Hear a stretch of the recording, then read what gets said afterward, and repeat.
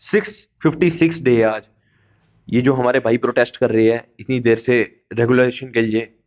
Daily Vaser भाई जो हमारे ये भारतीय जनता पार्टी कहती है डेली वेजर तो थे, ये एनसी की देन है, ये एनसी की वजह से ही सब कुछ खराब हुआ। आज के टाइम डेली वेजर पक्के होते, ये जितना डेली वेजरों को हमारे खिलाफ भड़काया जा रहा है। देखिए भारतीय जनता पार्टी कहती है कि जम्मू कश्मीर के लोग बहुत खुश हैं इनसे, जम्मू कश्मीर में बहुत सुख चैन अमन शांति है। लेकिन अगर जम्मू कश्मीर के लोग इनसे खुश है तो हर सेक्टर हर तबका आज की डेट में प्रोटेस्ट क्यों कर रहा है? ट्रांसपोर्टर भाई हमारे प्रोटेस्ट कर रहे हैं, गुजर बकरवाल हमारे प्रोटेस्ट कर रहे हैं, जम्मू के आम सिटीजन जो है टोल प्लाजा के लिए प्रोटेस्ट कर रहे हैं। हर तबका प्रोटेस्ट कर रहा है, हर जगह प्रोटेस्ट है, जम्मू में आप जहां जाओगे वहां प्रोटेस्ट है। लेकिन भारतीय जनता पार्टी कहती है कि लोग हमसे, अवाम हमसे बहुत खुश है। अब वो कहाँ खुशी है वो दिखती नहीं है। तो अगर हम बात करेंगे, जैसे आपने टोल प्लाजा की बात करेंगे, तकरीबन आधा दर्जन टोल प्लाजा सिर्फ एक ही यूटी में, हालांकि छोटी सी यूटी है, एक ही में, किसी और स्टेट में इतने टोल प्लाजा नहीं है। एक साइड से जो सेंटर कह रहे हैं कि सरकार कह रहे हैं कि हमने इतने अच्छे यहाँ पे रोड्स बनाए, हाईवे बनाए, लेकिन ऊपर से जो वो हमसे इसका पैसा वसूल करते हैं, क्या ये इंसाफ है सरकार की तरफ से? आवाम के नाम वक्फ है नहीं, क्योंकि हर दिन जो है आप देखो कि कितना रेवेन्यू नेशनल हाईवे अथॉरिटी को वापस जाता है। तो ये क्या, कहाँ का इंसाफ है यहाँ के लोगों को? जम्मू कश्मीर में अभी तक जितने भी टोल लगाए गए हैं उनमें से कई टोल इलीगल है। जब इनके खिलाफ कोई भी आवाज उठाता है, अभी आपने पीछे देखा था सरोर टोल प्लाजा, जब आवाज उठाई गई तो क्या हुआ?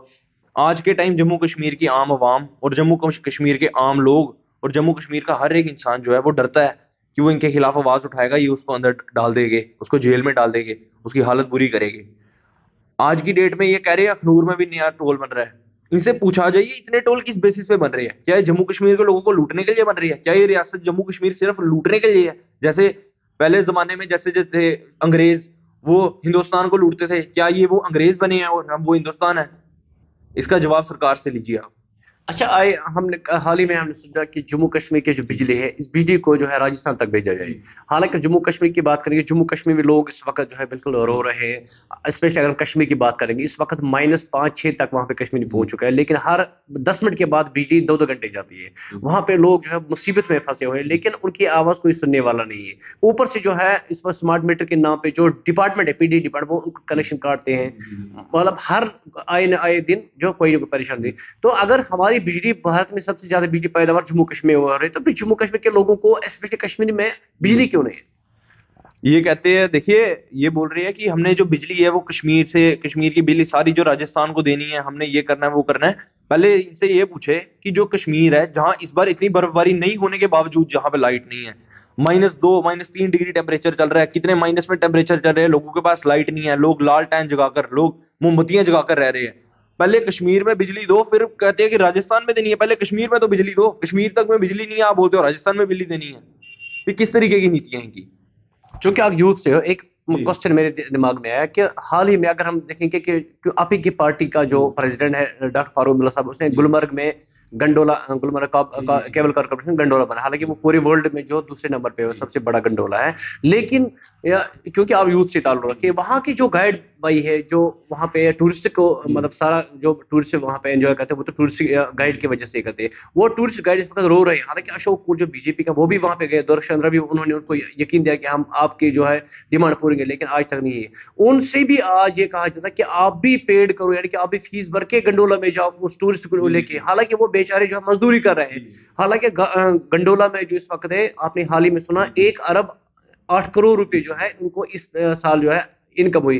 क्या फर्क पड़ेगी उनको, उन या जो गाइड हजरत है वो ऐसे जो है फ्री में उनके साथ जाए अपने काम रोजगार कमाए? देखिए मैं आपको बताना चाहता हूँ, ये गंडोले की बात सिर्फ नहीं है। जम्मू कश्मीर में तमाम ऐसी चीजें हैं जिसमें लोग इनसे परेशान आ चुके हैं, लेकिन ये लोगों को लूट रहे हैं। जैसे पुराने जमाने में डाकू होते थे, वो लोगों को लूटते थे, ये इस टाइम वो डाकू बन चुके हैं जो किसी तबके को नहीं छोड़ रहे, चाहे वो गरीब हो या चाहे वो मिडिल क्लास हो। अमीर को ये अमीर बनाए जा रहे हैं, मिडिल क्लास को ये गरीब बनाए जा रहे हैं, और गरीबों की तो कोई सुनवाई नहीं है। तो सिर्फ आप गंडोले की बात करें, वो गंडोला नहीं है, गंडोला वाले बेचारे वो है ही है, और भी कई तमाम ऐसी जगहें हैं जहां पर ऐसा चल रहा है। अच्छा, अभी हमने बात की जो यहाँ में प्रोटेस्ट की बात की थी, जो यहाँ पे डेली वेजर्स है, हालांकि जो लास्ट सरकार थी उमर साहब की, उस वक्त जो कैबिनेट डिसीजन हुआ था, ये वो 60,000 के करीब जो डेली वेजर्स है उनको वहाँ पे कैबिनेट में डिसीजन में लिया था कि इनको अब जो है रेगुलराइज किया जाए। लेकिन उसके बाद ही जो है सरकार टूट गई। तो उसके बाद बीच में क्या कुछ हुआ तो आप आपको पता कि एक ही साल में 2014 से 15 तक क्या हुआ था। उसके बाद जो है सरकार आपकी नहीं बनी। लेकिन आज तक जो है वो, चाहे उसमें एनवाईसी, चाहे रहबर जंगलात है, रहबर खेल है, या इरिगेशन वाले हैं, पीएच वाले, सभी जो मुलाजिम है वो इस वक्त रोडों पे है, सड़कों पे आ रहे हैं। तो उनका इस वक्त परेशान हाल, उनका कोई सुनने वाला नहीं है। हालांकि हर साल उनको, हर दिन उनको बोला जाता है कि आपको रिग्रेट है। क्या अगर आपकी सरकार आएगी, उन डेली वेजर्स के लिए आप क्या करोगे? देखिए, पहले मैं बताना चाहता हूँ, आज डे 656 डे है आज।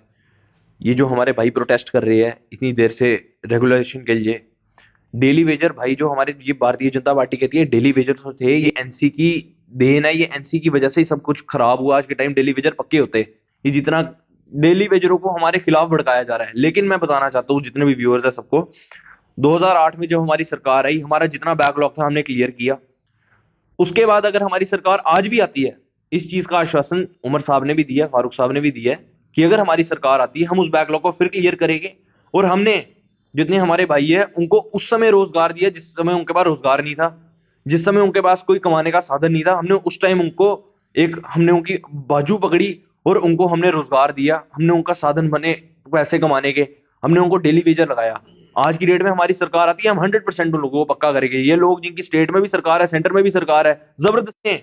जितने हमारे भाई है उनको उस समय रोजगार दिया जिस समय उनके पास रोजगार नहीं था, जिस समय उनके पास कोई कमाने का साधन नहीं था। हमने उस टाइम उनको हमने उनकी बाजू पकड़ी और उनको हमने रोजगार दिया, हमने उनका साधन बने पैसे कमाने के, हमने उनको डेली वेजर लगाया।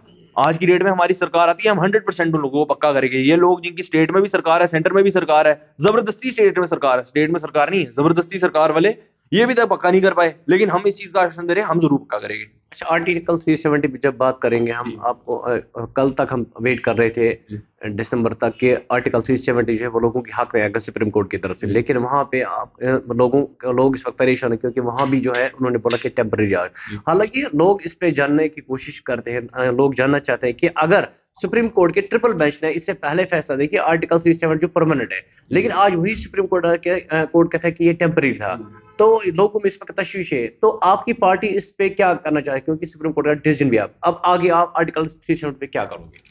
देखिए, आर्टिकल 370 पे जो सुप्रीम कोर्ट का डिसीजन है उससे हमें कोई, हम सुप्रीम कोर्ट के आगे बोलने वाले कोई नहीं होते, पहली चीज। दूसरी चीज, जो बीजेपी कहती है एनसी और आर्टिकल 370 को बराबर लेकर चलती है। आप मेरे को बताइए, क्या नेशनल कॉन्फ्रेंस की देन है आर्टिकल 370 या फिर पीडीपी की और कांग्रेस की देन है? ये article 370 Maharaja of Jammu and Kashmir, Maharaja Hari Singh की देन है।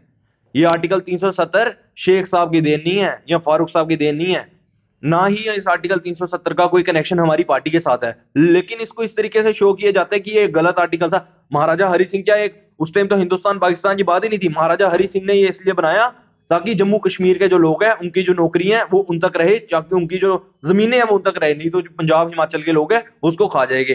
फारूक साहब ने भी रिसेंटली यही सेम स्टेटमेंट दी है जो मैं आपको बता रहा हूँ। ये जम्मू कश्मीर के लोगों के साथ मजाक कर रही है। ये हमारे, सबसे पहली बात तो ये हमारे साथ ही मजाक कर रही है। एनसी को बोलते हैं एनसी ने आर्टिकल 370 लाया, लोगों के दिमाग में ये चीजें डाली जा रही है। हमने थोड़ी ना, ये महाराजा हरि सिंह ने लाया था। क्या महाराजा हरि सिंह टेररिस्ट थे? ये बोलते हैं एनसी 370 वाले तो टेररिस्ट है। क्या महाराजा हरि सिंह टेररिस्ट थे? फिर ये किस तरीके की बयानबाजी करते हैं? तो अगर हम बात करेंगे जम्मू कश्मीर के इलेक्शन के बारे में, अगरचे भारत को मदर ऑफ डेमोक्रेसी कहा जाता है पूरे वर्ल्ड में, और जम्मू कश्मीर, भारत का कहना है कि जम्मू कश्मीर भारत का ताज है, क्या इनको ये दर्द नहीं है कि जम्मू कश्मीर के लोग इस वक्त परेशान है कि हमारी सरकार ने हमारी हमारी नुमाइंदे नहीं है असेंबली में? हालांकि असेंबली में आपने देखा कि वहां पे इस वक्त ड्रामा शो हो रहे हैं असेंबली में, जो कि असेंबली की तावीन भी है, क्योंकि असेंबली में जो है लोग, वहां पे लोगों की जो नुमाइंदे वो होने चाहिए, लेकिन वो असेंबली खाली अब ड्रामाबाजी के लिए। तो क्यों नहीं इस वक्त मदर ऑफ डेमोक्रेसी अगर है तो फिर यहाँ पे इलेक्शन क्यों नहीं हो रहा है? हालांकि आपने देखा कि जो पंचायत इलेक्शन जो है, इसमें 5 सरपंच हुए थे, या जो यूएलबी इलेक्शन है, वो उनकी जो म्याद खत्म हुई है, क्या उस 5 साल के बीच में जो उनको उनकी प्रिपरेशन करनी क्यों नहीं किया? और अब जो है इस वक्त जम्मू कश्मीर फिर जो है इस पंचायत इलेक्शन और यूएलबी इलेक्शन के बगैर इस वक्त है। जम्मू कश्मीर में इलेक्शन ना करवाने का सबसे बड़ा रीजन ये है कि भारतीय जनता पार्टी को पता है जब भी यहाँ इलेक्शन करवाई जाएगी उनको लखनपुर के पार कर दिया जाएगा। क्यों? क्योंकि इन्होंने लोगों के साथ धोखे किए हैं। क्यों? क्योंकि इन्होंने लोगों की आवाज नहीं उठाई गई है। इन्होंने यहाँ से अगर रंग के वो लोग डिमांड करते हैं, ये सेंटर तक वो डिमांड नहीं पहुंचाते। इन्होंने लोगों के दिल तोड़े हैं। अगर लोग बोलते हैं हमें स्मार्ट मीटर नहीं चाहिए, इन्होंने हमें स्मार्ट मीटर दिया। लोग बोलते हैं हमें एक्स्ट्रा टोल नहीं चाहिए, इन्होंने टोल दिए। लोग बोल रहे हैं हमें प्रॉपर्टी टैक्स नहीं चाहिए, ये प्रॉपर्टी टैक्स लगा रहे हैं। इन्होंने ये लोगों के दिल से उतरे। इनको पता है अगर आज को कल हमें इलेक्शन कराएगी, चाहे वो असेंबली हो, म्यूनिसिपल हो, यूएलबी की हो या डीडीसी की हो, ये जिसकी इलेक्शन करवाएगी ये वहां से साफ हो जाएगी। इसलिए ये इलेक्शन नहीं करवा रहे। और ये जो आप मेरे से सवाल पूछ रहे हैं ना इलेक्शन कराने का, या आप बीजेपी के रविंद्र रैना से पूछे या अशोक कौल जी से पूछे। तो क्या लग रहा है कि रविंद्र रैना जो है उसने 2 दिन पहले स्टेटमेंट दिया कि जो लोकसभा इलेक्शन है और असेंबली दोनों में वो बिल्कुल यहाँ पे जीत के जाए, यानी कि 6 सीटें अगर लद्दाख से लेके 6 सीटें, वो उस रविंद्र रैना का कहना कि 6 की 6 सीटें हम लेंगे और असेंबली का जो इलेक्शन है तो वो बता कि 50 के पार हम करेंगे और जो अगला चीफ मिनिस्टर वो बीजेपी का होगा। क्या आप किस नजर से इसको देखते हैं? देखिए रविंद्र रैना साहब जिस हिसाब से कहते हैं कि अगला 50 बार भी हम करेंगे, एमपी भी हम बनाएंगे, एमएलए भी हमारे होंगे, चीफ मिनिस्टर भी हमारा होगा, सब कुछ इनका होगा। कि मेरे को लगता है कि इन्होंने किस हिसाब से कोई धांधली रखी है, या फिर ये जो ईवीएम है उसको हैक करते हैं। क्योंकि इतनी गारंटी ये दे रहे हैं जिस हिसाब से ये बोलते हैं हम तो 50 पार है। आप 50 पार कैसे हो? आप 50 पार ऐसे जाओगे? कोई लिखने वाली नंबर है जा? लोग कहते हैं कि ईवीएम के बजाय जो है बैलेट बॉक्स होने चाहिए, आप इससे खुश है? नहीं, देखिए वो तो जो जो भी इलेक्शन कमीशन जो उस पर डिसीजन लेगा, हमें उससे कोई आपत्ति नहीं है। लेकिन मैं पूछना चाहता हूं रविंद्र रैना साहब, अगर आप 50 पार की पार बात कर रहे हैं, आप 50 पार की इतनी पुख्ता किस तरीके से बात कर रहे हो कि 50 पार पार? आपने क्या ईवीएम हैक की हुई है? लोगों ने आपको वोट देकर 50 पार करना है, आपने खुद से नहीं 50 पार जाना है। ये ऐसे बात करते हैं जैसे इन्होंने खुद से उठना है और 50 बार चले जाना है। लोगों के दिल में आप आओगे तो आप बनाओगे ना 50 पार। आप कहां से आओगे? आपने तो लोगों के साथ की धोखाधड़ी, आप आ ही नहीं सकते। दिल्ली पंजाब में इस वक्त जो है 300 यूनिट तक फ्री देते हैं लोगों को। आपकी सरकार ने आज तक ऐसा काम नहीं किया। हालांकि इतने टाइम आपकी सरकार भी रही, या बीडीपी की सरकार भी, लोग इस पे जो है आपके साथ भी थोड़ा उनकी नाराजगी है कि अगर वहां हमारे आपने बिजली थी, हमें यहाँ पे फ्री बिजली नहीं है। अगर पंजाब की बात करेंगे, दिल्ली की बात करें, वहां पे 300 यूनिट फ्री है। तो क्या करेंगे अगर आपकी सरकार आएगी? तो जितनी भी इस वक्त जम्मू कश्मीर के लोगों में परेशानी है, आप इसको किस हद तक पॉलिटिक्स से बाहर आप बताइए, दिल से आप क्या कर सकते हो जम्मू कश्मीर के लोगों के लिए? देखिए जम्मू कश्मीर के लोगों की सबसे पहली चीज ये है कि हम जम्मू कश्मीर के लोगों की सुनवाइयां करेंगे। आज के डेट में जम्मू कश्मीर के लोगों की सुनवाइयां नहीं है। ये बोलते थे 370 है तो कश्मीर की सुनवाई है, 370 हटेगा जम्मू की सुनवाई है। कहाँ है जम्मू की सुनवाई? कहाँ है कश्मीर की भी सुनवाई? जम्मू कश्मीर की कोई सुनवाई नहीं है। हमारी सरकार आएगी, हम इसका आश्वासन नहीं देते। मैं नहीं होता कोई आश्वासन देने वाला। हमारे पार्टी का प्रेसिडेंट बैठे हैं, जो वो डिसीजन लेके हम उस पर करेंगे आगे। लेकिन मैं नहीं सर बोलता कि आपको हम फ्री पानी देंगे, फ्री बिजली देंगे। हम इस पे कोई, मैं आपको गारंटी नहीं देता, क्योंकि जो हमारे प्रेसिडेंट हमें इंस्ट्रक्ट करेंगे हम उस हिसाब से चलेंगे। लेकिन इतना मैं आपको बता देना चाहता हूँ, जहां जहां उन्होंने फ्री बिजलियां पानी दी है, वहां पे फिर बिजली और पानी के रेट उन्होंने किए भी बहुत हाई है। जैसे ही पहले ये इन्होंने सिलेंडर फ्री बांटे थे, इन्होंने बोला सिलेंडर ले लो आप हल्के सस्ते रेट में, सब्सिडी में। इन्होंने फिर लोगों को गैस दी जलाने के लिए, इन्होंने बोला आप गैस की कुकटॉप ले लो। आज के टाइम में लोगों के पास गैस है, लेकिन सिलेंडर का रेट 1100-1200 रुपया है। आम इंसान के पास वो गैस को क्या करेगा? वो चूल्हे को क्या करेगा? उसको सिलेंडर भी तो लगाना है। सिलेंडर कहाँ से लगाएगा? 1200 रुपया किलो है जो, वो 1200 रुपये का जो है।